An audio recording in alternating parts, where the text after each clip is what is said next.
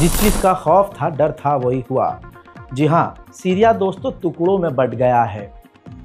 जो लोग जोलानी सरकार को सपोर्ट कर रहे थे, अपनी आंखों से हम देख रहे हैं, उनके चेहरे पर पछतावा है। कमेंट सेक्शन में वो खुद उदास नज़र आ रहे हैं। मैं ऐसे बहुत लोगों को पहचान पा रहा हूँ जो सच में अफसोस कर रहे हैं। हालात इतने बुरे हैं कि सीरिया के लगभग तमाम इलाकों में इजराइल ने कब्ज़ा कर लिया है। और अब आपको मालूम है, इजराइल ने, कल की अपडेट में मैंने आपको बताया था कि इजराइल ने अमेरिका से कहा है कि आप तुर्की को कहिए कि वो सीरिया के अंदर अपना मिलिट्री बेस ना बनाए। आप समझ रहे हैं, इजराइल ये नहीं चाहता कि कोई मुस्लिम देश वहाँ मौजूद रहे। मेरी मौजूदगी वहाँ पर इम्पोर्टेंट रहे और हम ही सबको कंट्रोल करें। अब ताज़ा तरीन जानकारी और अपडेट ये है कि इजराइल ने सिर्फ ये नहीं किया, बड़ा खेल खेला है। वहाँ की द्रूज कम्युनिटी को $1 बिलियन खर्च करके, सबूत ये है, $1 बिलियन खर्च करके सीरिया की द्रूज कम्युनिटी को अपनी तरफ करना चाहता है और वहाँ छोटे छोटे और ग्रुप क्रिएट करके सीरिया में तुष्टीकरण करना चाहता है। अब यहाँ पर पहले ही जान लीजिए, ऐलान कर रहा हूँ, सीरिया टुकड़ों में बंट चुका है। कैसे? एक इलाके में तुर्की का प्रकोप है, तुर्की ने कब्जा किया हुआ है, तुर्की की मिलिट्री वहाँ मौजूद है। दूसरे इलाके में अमेरिका की मिलिट्री और अमेरिका के हथियार, अमेरिका का बेस मौजूद है। रशिया को जहाँ से निकाला है वहाँ पर अमेरिका नज़र आ रहा है। इसके अलावा जो जोलानी सरकार है वो सिर्फ बीच में सिमटी हुई नज़र आ रही है। बाकी चारों तरफ इस वक्त इजराइल अपने पैर जमा चुका है। और ये बात लिखित में मीडिया में आ चुकी है कि इजराइल सीरिया के अंदर टुकड़े टुकड़े गैंग बना रहा है, यानी अलग अलग ग्रुप्स को सपोर्ट करके एक दूसरे से लड़वा कर वहाँ की स्टेबिलिटी को ख़राब कर रहा है। और इस बहाने से वो वहाँ पर पूरी तरह से मजबूती से पैर जमा कर रखेगा। बात इतनी सीरियस है कि इजराइल को डर ये भी है कि सीरिया के नाम पर तुर्की सीरिया की सरजमीन पर इजराइल से न भिड़ जाए। इस वजह से इजराइल ने अपने सबसे करीबी दोस्त आज़रबाईजान के राष्ट्रपति को, ये देखिए, आज़रबाईजान के राष्ट्रपति इल्हाम अलीयव को तुर्की भेज दिया है। अब खासकर इल्हाम अलीयव आज़रबाईजान के राष्ट्रपति तुर्की गए हैं सिर्फ ये बात करने के लिए कि इस सरजमीन सीरिया पर आप यानी तुर्की की फ़ौज इजराइल से ना भिड़े और इजराइल से पंगा ना ले और इजराइल को प्रॉब्लम क्रिएट ना करे। तो दोस्तों, ये तस्वीर चीख चीख कर बता रही है कि तुर्की को खुद बहाने की तलाश थी कि कोई ऐसा बहाना मिल जाए कि हाँ, हम तो इसलिए इजराइल से कुछ नहीं कह रहे हैं क्योंकि आज़रबाईजान ने आकर रिक्वेस्ट की है। वरना तुर्की को तो सीधा सीधा कहना चाहिए कि इजराइल का सीरिया के अंदर क्या काम। दोस्तों, यहाँ आप देखेंगे तो सीधे तौर पर कई मुस्लिम देश सीरिया के साथ ही गद्दारी कर रहे हैं। वहीं सीरिया के अंदर तक इजरायली टैंक घुस चुके हैं और रोज़ दिखा रहा हूँ कि अलग अलग मोहल्लों में जहाँ तक अभी इजराइल की फ़ौज नहीं पहुँची थी, इजराइल के टैंक पहुँच चुके हैं।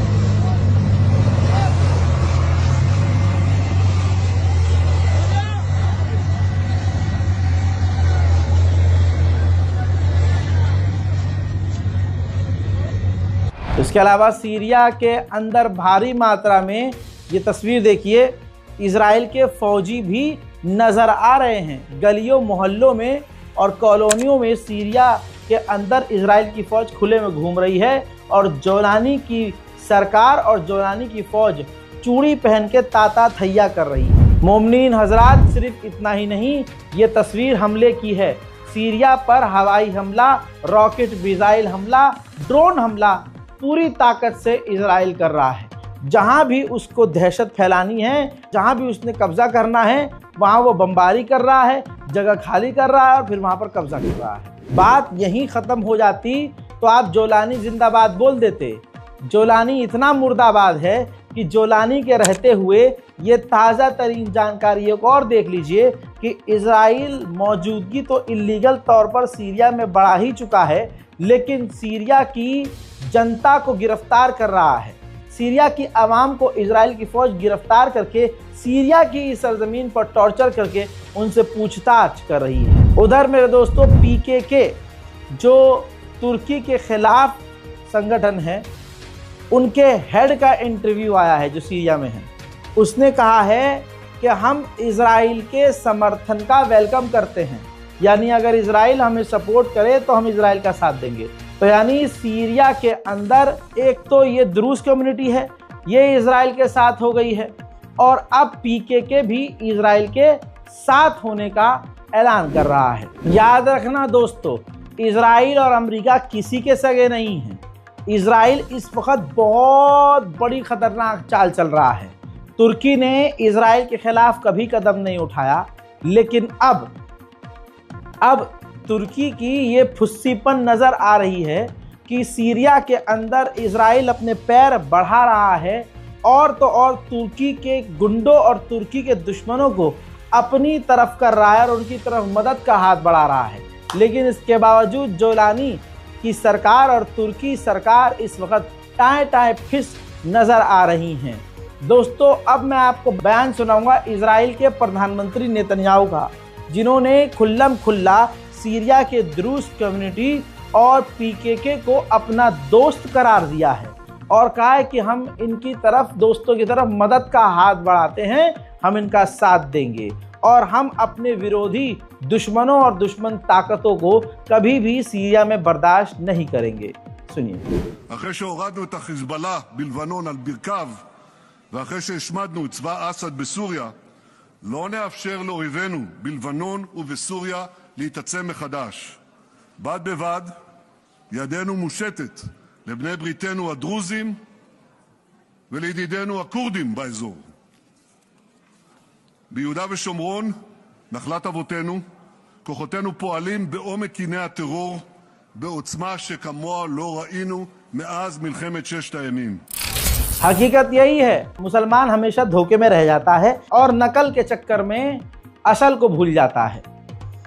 ईरान से इतनी नफरत लोगों को मौजूदा इन देशों में है, पाकिस्तान, भारत और आसपास के और भी देशों में, कि कट्टरवादी मुसलमानों ने ईरान को सीरिया से बाहर फेंकने पर बड़ी खुशी जताई और आज वो तमाम नामनहाद मुसलमान अब्बा डब्बा चब्बा हो गए हैं। आइए दोस्तों, सीरिया का जो राष्ट्रपति है जोलानी, उसके बारे में पहले से ये रिपोर्ट है कि ये कल तक ISIS का दहशतगर्द था और लीडर था। इसी को अमेरिका ने इस्तेमाल किया और इजराइल ने इस्तेमाल करके सीरिया का बादशाह, सीरिया का करता धरता और राष्ट्रपति बना दिया। अब इसकी बेगैरती, नंगापन और कमीनापन ये देखिए कि पत्रकार ने जोलानी से पूछा कि जिस तरह से सीरिया के अंदर, आपके मुल्क के अंदर इजराइल उत्पात मचा रहा है, अग्रेशन दिखा रहा है, उसको आप किस तरह से रिस्पॉन्स देंगे? तो बेशरम, बेहया और गलीज ने हंसते हुए कहा कि हम उसको रेस्पॉन्स कैसे देंगे, ये मीडिया में बताने वाली बात नहीं है। ये देखिए।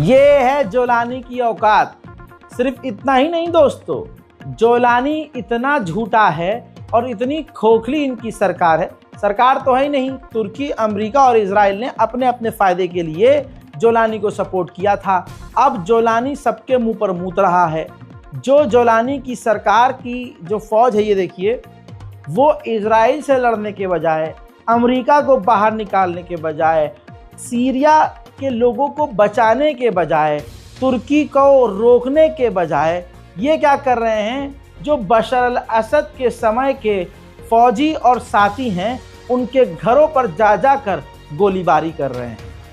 जब इंसान पर्सनल खुन्नस निकालेगा तो आगे कैसे बढ़ेगा? यानी तुम जो है चूहे को तो पकड़ रहे हो और चूहे को पकड़ के मार रहे हो, और सांप तुम्हारे सर पर आके खड़ा है, उसको तुम देख के भी इग्नोर कर रहे हो। कोई बात नहीं, हम तो चूहा मारेंगे। मिडिल ईस्ट में ईरान का नाम लेकर बताया जाता है कि ईरान ने आतंक फैलाया हुआ है, लेकिन आज पूरी दुनिया, पूरा वेस्ट, पूरा यूरोप खुलकर साफ साफ देख रहा है कि एक अमेरिका और एक इजराइल, यही एक से बढ़कर एक जलील दोनों हैं, दोनों ही मिलकर मिडिल ईस्ट की शांति को भंग कर चुके हैं। हजरात, ये कैसा सीज फायर है, जरा इस तस्वीर को देखिए। ये लेबनान की तस्वीर है। इजराइल ने एक बार फिर से लेबनान में हवाई हमले किए हैं, जिसमें दर्जनों लेबनीज आम नागरिकों के मारे जाने की पुष्टि की जा रही है। सोचिए, ये सीज फायर है या सिर्फ धोखा? इजराइल की असलियत ये है कि उधर जेरूशलम के अंदर, फिलिस्तीन के जेरूशलम में पहले से ही इजराइलियों को बसाने का उसने अप्रूवल दिया हुआ है, लेकिन एक बार फिर से उसने 1000 एक्स्ट्रा सेटलमेंट, यानी 1000 और इजरायली परिवारों को, फिलिस्तीनियों को वहां से उजाड़ कर वहां बसाने का ऐलान किया है। इसके अलावा वेस्ट बैंक में रेड के दौरान एक नौजवान पत्रकार को इजराइल ने गिरफ्तार कर लिया है। ठीक, अगर अब बात कर रहे हैं वेस्ट बैंक फिलिस्तीन की, तो फिलिस्तीन में इजराइल ने कुछ देर पहले फिर से बड़ी रेड करी और रेड के दौरान पूरे इलाके को उजाड़ दिया। देखिए,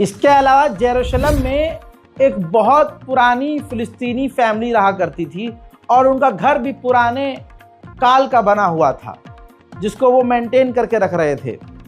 उस बाशा कम्युनिटी के, यानी सरनेम होता है ना, खान, पठान, रिजवी, अंसारी, तो वो बाशा कम्युनिटी के घर पर इजराइल की सेना ने जेरूशलम में कब्जा किया, वहाँ से फिलिस्तीनियों को भगाया और उनके घर को यहूदी धर्म स्थल घोषित कर दिया। यही होता है दोस्तों, यही किया जाता है। चोर, उचक्के, मक्कार यही करते हैं। जिनके बाप दादा कुछ पीछे छोड़ कर ही नहीं जाते, जिनका इतिहास गंदा होता है, वो दूसरे की चीज़ों को चुराते हैं, दूसरे की चीज़ों को अपना बताते हैं। लीजिए सबूत देखिए।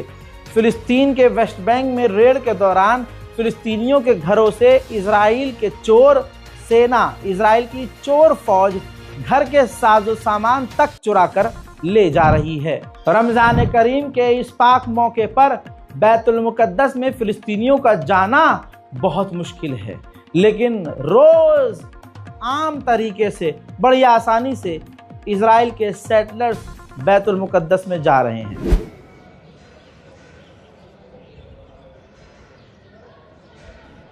वहीं वेस्ट बैंक फिलिस्तीन का हाल इतना बुरा है कि इस वीडियो के ज़रिए समझ लीजिए, ये तमाम लोग अपने ही मोहल्ले में खड़े हैं। हाल देखिए कि इनसे इनके घरों को खाली करवाया गया और ये बाहर खड़े हैं। इनको सामान भी निकालने नहीं दिया गया, पूरा मोहल्ला खाली करवाया गया और अब इनको इनके ही मकानों में इजराइल की सेना जाने नहीं दे रही है। ये लाचारी आप समझने की कोशिश कीजिए। साथ ही वेस्ट बैंक के नूर शम्स के मोहल्ले में 17 और फिलिस्तीनी मकानों को इजराइल तोड़ने का आदेश दे चुका है। हजरात, लगातार ये चीज़ बढ़ती जा रही है। और आखिर में एक खबर और, जो इजराइल का कट्टरवादी नेता है, जो इकोनॉमी मिनिस्टर है, वो अमेरिका पहुंचने वाला है और ट्रंप की सरकार से बात करके वो मनाएगा कि वेस्ट बैंक और फिलिस्तीन के इलाकों में और तेज़ी से हम कब्ज़ा करें और इसमें आप हमारा साथ दें। फिलहाल के इस खास report, middle east special report में इतना ही। इस रिपोर्ट को शेयर कीजिए। तमाम रोज़ेदारों से मेरी अपील है कि हमारे चैनल को सब्सक्राइब भी करें। जय हिंद।